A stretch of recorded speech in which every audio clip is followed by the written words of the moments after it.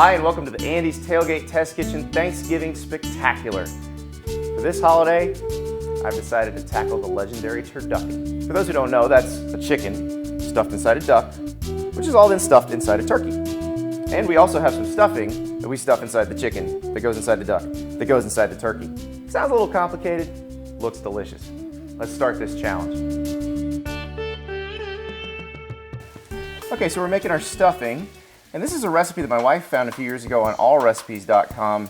It's a little bit non-traditional, but it has become a family favorite over the years.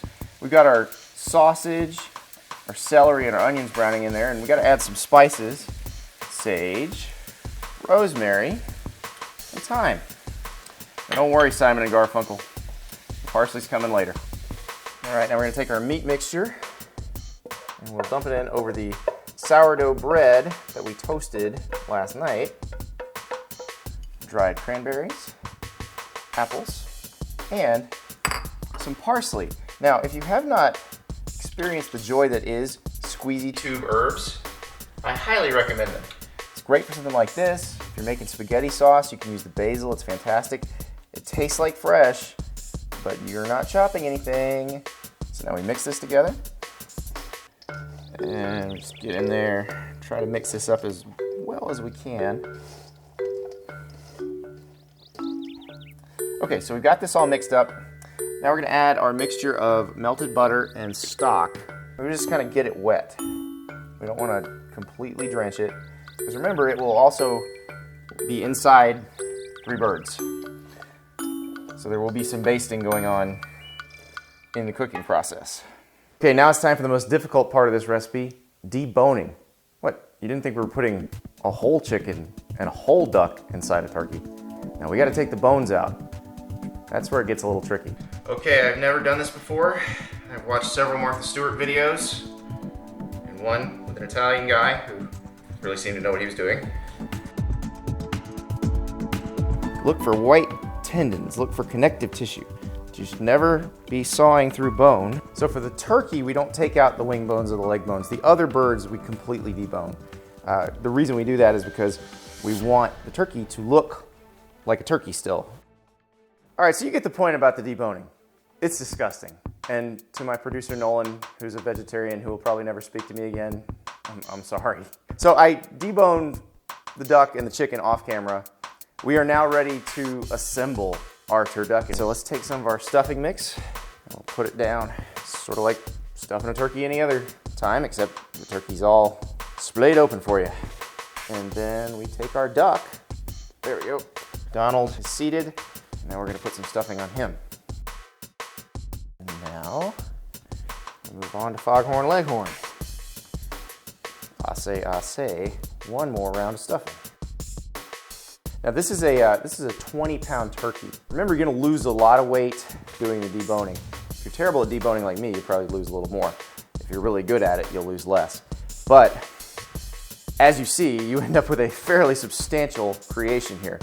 Now we gotta roll this together and we're gonna skewer it up and try to flip it over.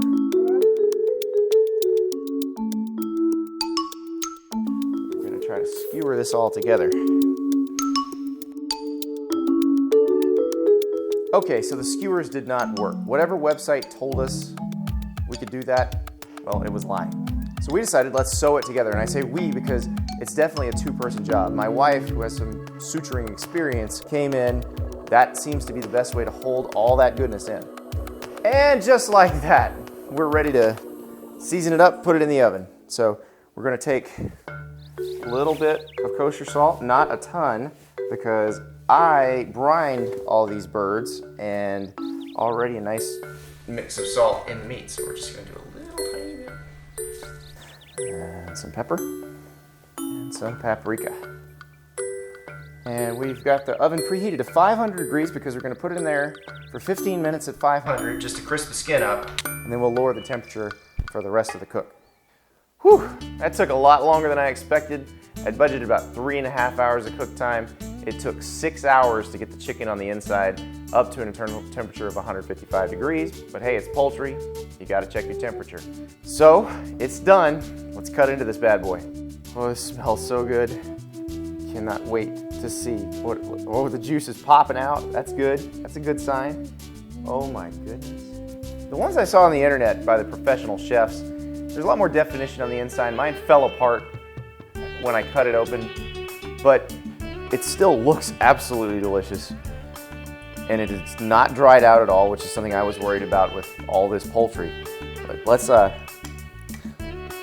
with what really matters. How does it taste?